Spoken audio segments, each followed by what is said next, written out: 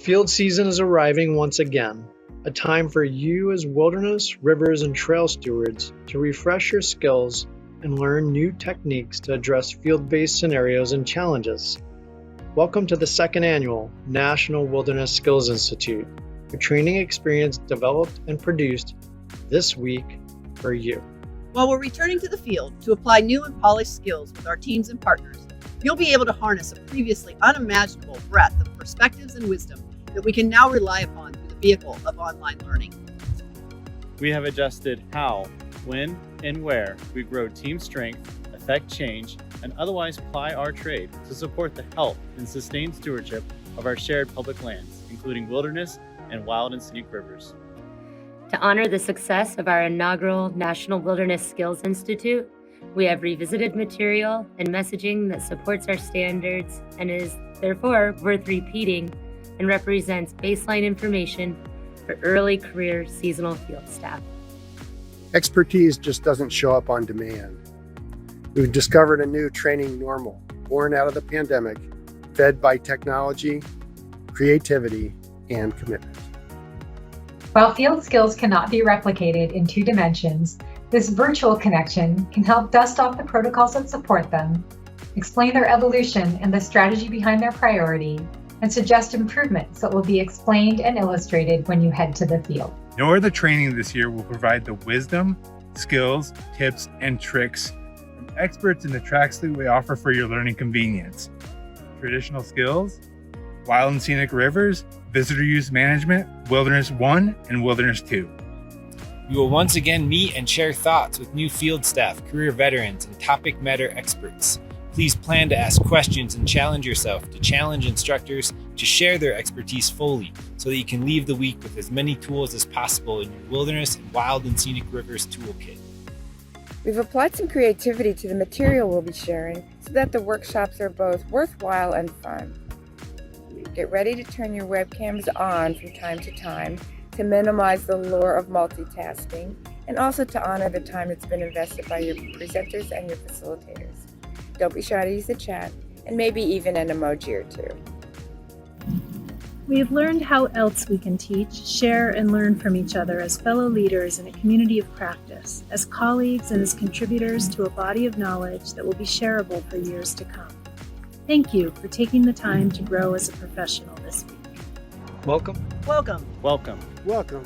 Welcome. Welcome. Welcome. Welcome to the second annual National Wilderness Skills Institute.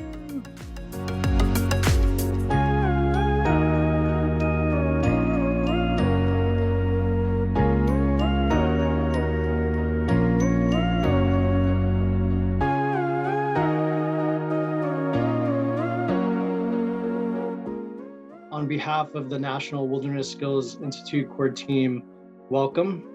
And it's my pleasure to now introduce the National Director of the USDA Forest Service Wilderness and Wild and Scenic Rivers Program, Katie Armstrong. I do want to just start by thanking the core team who pulled together just an incredible action-packed 3-day agenda, and also really want to thank all of the presenters who are making it possible and sharing their knowledge. It's very much appreciated, and I think that the impact will be long-lasting and far-reaching. So thank you all for your work in preparation. I know an incredible amount goes on behind the scenes that the participants can't even imagine. So thank you for that. I will mention, I think many of you probably know this already, but the National Wilderness Skills Institute was a recipient of the Chief of the Forest Service Chiefs Awards last year. So it's the importance and the innovation that went into making this a virtual experience was certainly recognized and really, I think made a big difference during times when we were all trying to figure out new ways of accomplishing our work. It's my great honor to be introducing our Chief Randy Moore. Chief, thank you very much for joining us today to kick off the National Wilderness Skills Institute. We really appreciate your time, and we really appreciate your commitment to wilderness. So with that, Chief, I'll turn it over to you to kick us off. Okay, so if this is the official kickoff, first of all, I just want to say thank you. And Jimmy, if this was maybe the second time the Chief has participated, we need to make this a common occurrence then. So I will commit to that, because as I reflected on this meeting and as I reflected on just wilderness, I go back to my own experience when I first became a line officer. And you know, I grew up in Louisiana. We didn't have a lot of wilderness there. I started with NRCS, and there was certainly no wilderness there up in North Dakota. And so when I came to Colorado and I began to experience the Forest Service and what it was about, I also, you know, we had great relationships with BLM, you know, the Park Service, and it was just all of that. So that was my introduction to Forest Service. It was my introduction to how we as partners within this federal and state and nonprofits and other partners, tribes included, that I began to see, you know, the value of these wild lands. And so for me, being able to spend that first summer up in the Carhart Center there, and being able to camp overnight and getting rid of my fears of what's out there, you know, being someone that came from places that we just didn't have wilderness, the values weren't there. And so as I look at my own experience and as I've grown in my appreciation for those outstandingly remarkable wild and scenic rivers, you know, as I look at those remarkable characteristics of a wilderness, as I look at this country and how it's changing, you know, what impact is climate change having on these characteristics that we have come to love. You know, these are challenges I think that we have within this resource area. And so are we looking into the future of where this resource is going? What are those challenges that we need to be prepared to address and to deal with? My looking at this, I think we are. You will have to validate that. This pandemic has created challenges, but it's also created huge opportunities for us. And I'll give you an example.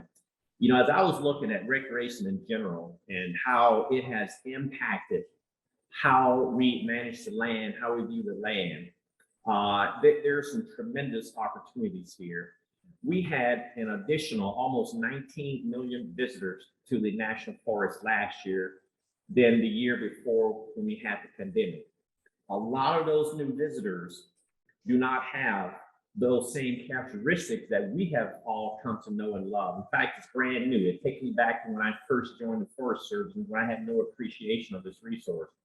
We have a lot of visitors that have began to visit the National Forest. They will continue to visit the National Forest.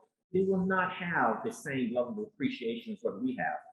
And so how will you respond and react to that? There's something to consider.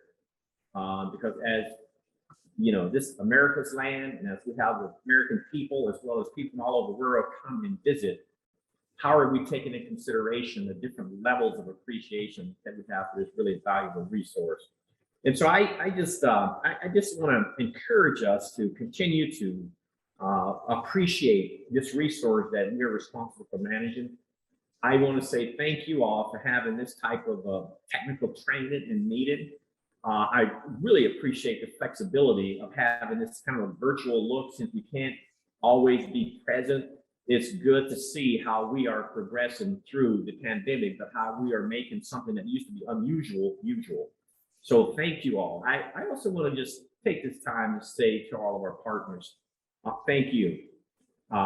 We really appreciate, I think, where we're going with this resource. I think as we look at the 10-year, strategy of trying to deal with climate change, are you considering how should you be engaged in how we implement that 10-year strategy? What's going to be important for you? And as we look into the future of what conservation is going in America, and looking at carbon sequestration. Does wilderness have a role in that? Will it become a carbon sink, or will it become a carbon emitter? Are we even looking at things like that that are on the horizon? And so as this country and others look to try to see what is that next evolution of conservation in this country, what is wilderness role? And so I challenge you and encourage you to be thinking broad, because we have new things that are happening. Climate change is real, and it's creating conditions on these landscapes that's going to impact us, particularly if we are not recognizing these impacts.